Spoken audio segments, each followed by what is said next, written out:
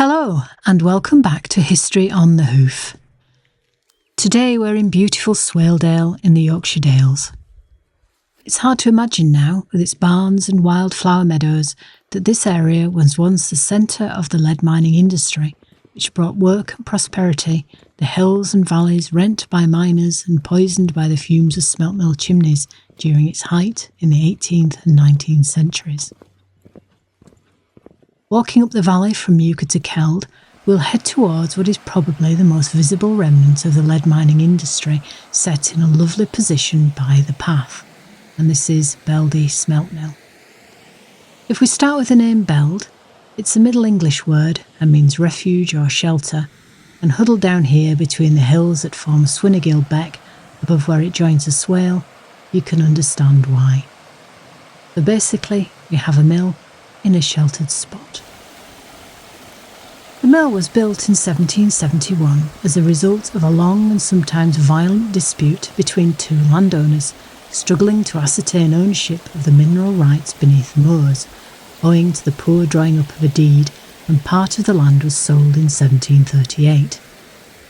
Usually landowners retain the mineral rights when they sell land. In this deed, lead ore was only reserved under the unenclosed wastes and common land. The disputes dragged on into the 1770s, both in the courts and violence between miners and men employed by the landowners.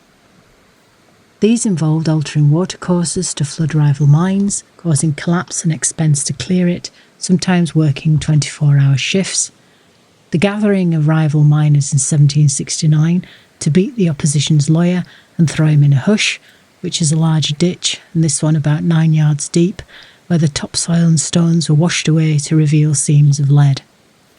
In the same fracas, more men followed in the ditch, including 3 miners who had been dragged out of the level by their hair.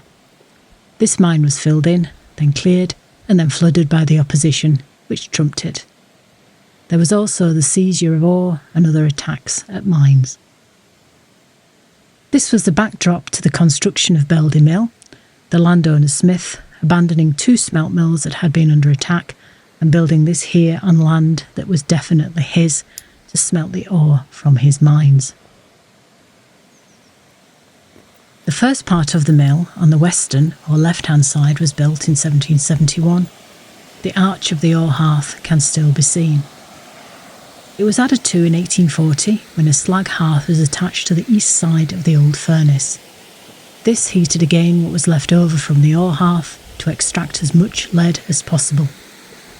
The arch for this later addition collapsed within memory and survives in photographs from the 1960s.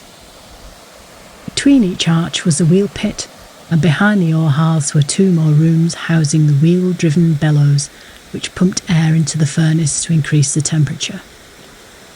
The flues ran towards a crag and into a condensing chamber where more lead could be scraped out before a short flue runs straight up the crag to a chimney. Powered by peat, and the peat house was built around 300 yards to the west, just off the bend on the track. During the 1840 extension, a roasting house was also built. Yield from the Beldi mines above on the hill was low after 1860, and the smelt mill was only used now and again until it closed in 1883. An inventory taken in 1878 shows the mill and machinery to have been neglected for quite some time. I hope you've enjoyed this episode of History on the Hoof, and look forward to talking to you again soon. If you liked it, please subscribe